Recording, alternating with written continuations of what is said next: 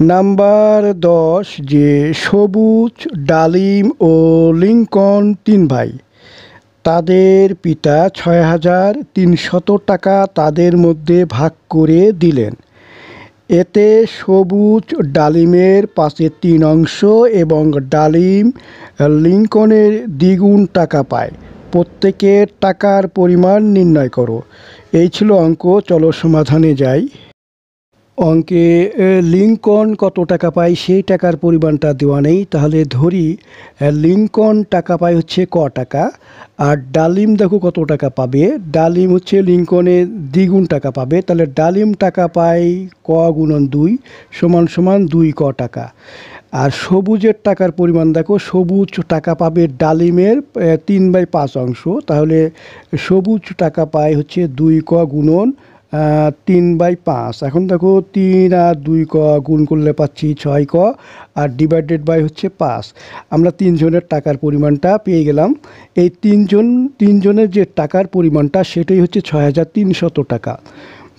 এখন আমরা এই তিনজনের টাকাটা যোগ করব। দেখো লিংকন, ডালিম এবং সবুজের যে টাকাটা সেই টাকাটা এখানে যোগ করব। তাহলে ক যোগ 2 ক যোগ 6 ক ডিভাইডেড বাই 5 সমান সমান হচ্ছে 6,300।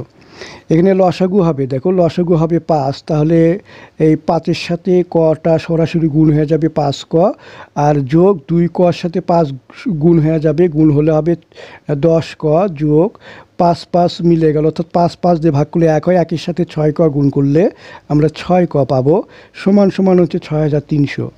এখন উপরে আমরা যোগ করব। দেখো 5 ক, 10 ক আর 6 ক, এখানে যোগ করলে পাচ্ছি 21 ক, আর ডিভাইডেড বাই হচ্ছে 80 হচ্ছে 5, তাহলে সমান সমান হচ্ছে 6,300। এখন আমরা এখানে আর গুণ করব, অর্থাৎ কোনাকুনি গুণ করব। দেখো 6,300-র নিচে এখানে হরে 1 আছে, দেখো 1-এর সাথে 21 ক যদি আমরা গুণ করি তাহলে পাচ্ছি হচ্ছে 21 ক, আর সমান সমান 5-এর সাথে 6,300 গুণ করে পাচ্ছি 31,500। এখন 21 কটা ডান পক্ষে 31,500-500-র সাথে ভাগ হয়ে যাবে, তাহলে ক সমান সমান দেখো 31,500 ডিভাইডেড বাই হচ্ছে 21। এখন এই 31,500-কে 21 দিয়ে ভাগ করলে পাচ্ছি আমরা 1,500, তাহলে ক সমান সমান 1,500।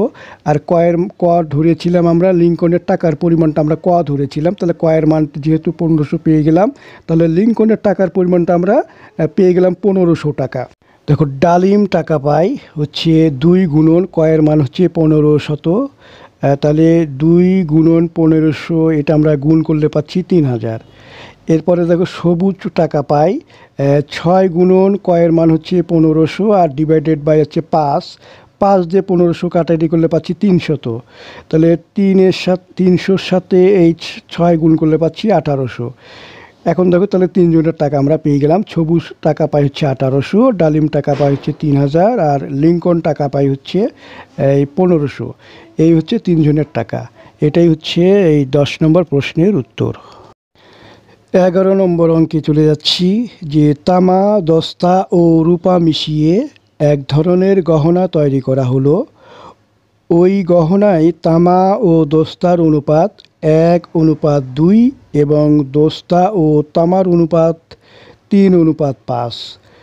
19 গ্রাম ওজনের গহনায় কত গ্রাম রূপা আছে? রূপার পরিমাণটা আমাদেরকে বের করতে হবে। তো আমরা সমাধানে চলে যাচ্ছি। প্রথমে তামা, দস্তা ও রূপার ধারাবাহিক অনুপাতটা আমরা বের করব। এখানে প্রথমে দেখো তামা ও দস্তার অনুপাত দেওয়া আছে 1:2।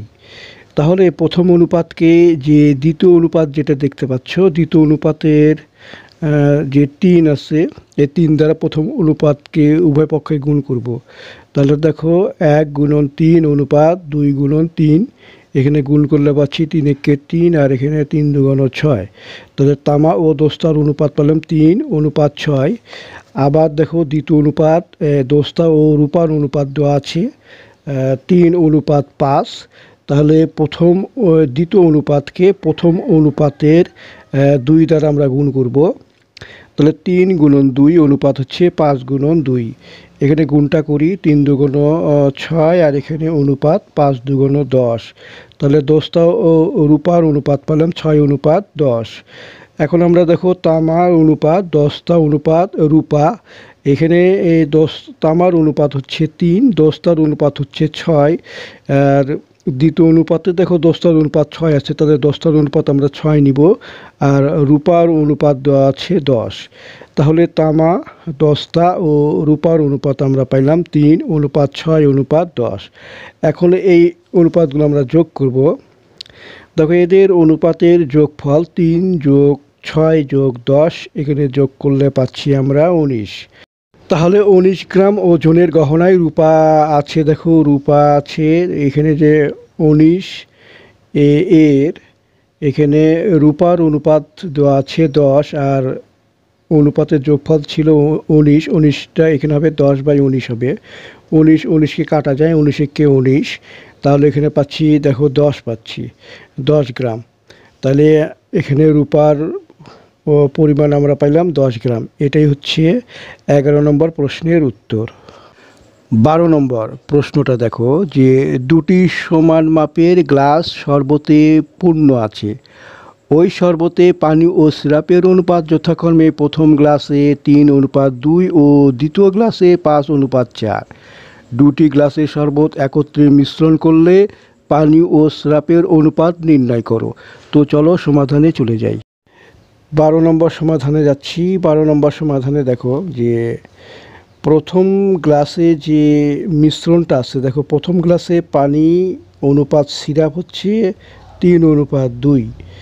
তাহলে এখানে যে চিত্র দেখতে পাচ্ছ, গ্লাসের চিত্র, এই গ্লাসে পানির পরিমাণ 3 আর সিরাপের পরিমাণ আছে 2, তাহলে সম্পূর্ণ মিশ্রণ হচ্ছে 5। এখন এই 5-এর মধ্যে মিশ্রণে 5-এর মধ্যে এই পানির পরিমাণ কত? 5/3, 5/3 ভাগ, আর সিরাপ হবে 5/2 ভাগ। তাহলে এখানে আমরা ওই কাজটাই করব। দেখো এদের অনুপাতের যোগফল 3+2 = 5। এখন দেখো প্রথম গ্লাসে পানির পরিমাণটা কত হবে? পানির পরিমাণটা হচ্ছে এখানে সম্পূর্ণ মিশ্রণ হচ্ছে 5 আর পানির অনুপাত হচ্ছে 3, তাহলে 5/3 ভাগ। আর সিরাপের অনুপাত হচ্ছে 5/2 ভাগ। এরপরে দ্বিতীয় গ্লাসে লক্ষ্য করো যে দ্বিতীয় গ্লাসে পানি অনুপাত সিরাপ হচ্ছে 5:4। এখানেও চিত্রতে যদি আমরা দেখাই, দেখো এই চিত্র লক্ষ্য করো যে পানির পরিমাণ হচ্ছে 5 আর সিরাপের পরিমাণ হচ্ছে 4। তাহলে এই গ্লাসের সম্পূর্ণ মিশ্রণ হচ্ছে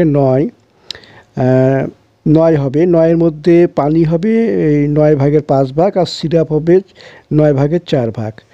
তাহলে আমরা দেখো যে দেখাবো দ্বিতীয় গ্লাসে পানির পরিমাণটা বের করে নেই 9/5 ভাগ, এবং সিরাপের যে পরিমাণটা সেটা হচ্ছে 9/4 ভাগ। এখন এই যে দুটো গ্লাস, এই দুটো গ্লাসের মিশ্রণ আমরা একটা নতুন একটি পাত্রে ঢালবো। ঢাললে ওই নতুন পাত্রের মিশ্রণে পানির অনুপাত কত, সিরাপের অনুপাত কত, সেটা আমরা বের করব। তাহলে দেখো একত্রে মিশ্রণের ফলে নতুন পাত্রের পানির পরিমাণ, দেখো আমরা যে প্রথম পাত্র এবং দ্বিতীয় পাত্রে যে পানির পরিমাণটা যেটা আছে সেটা আমরা যোগ করব। প্রথম পাত্রে পানি আছে হচ্ছে 3/5 আর যোগ দ্বিতীয় গ্লাসে পানির পরিমাণ হচ্ছে 5/9। এখানে লসাগু হবে 5 আর 9, লসাগু হচ্ছে 45। তাহলে 5 দিয়ে 45কে ভাগ করলে পাচ্ছি 9। 9-এর সাথে উপরে লবে 3 আছে, 3 গুণ হয়ে যাবে, 3 × 27।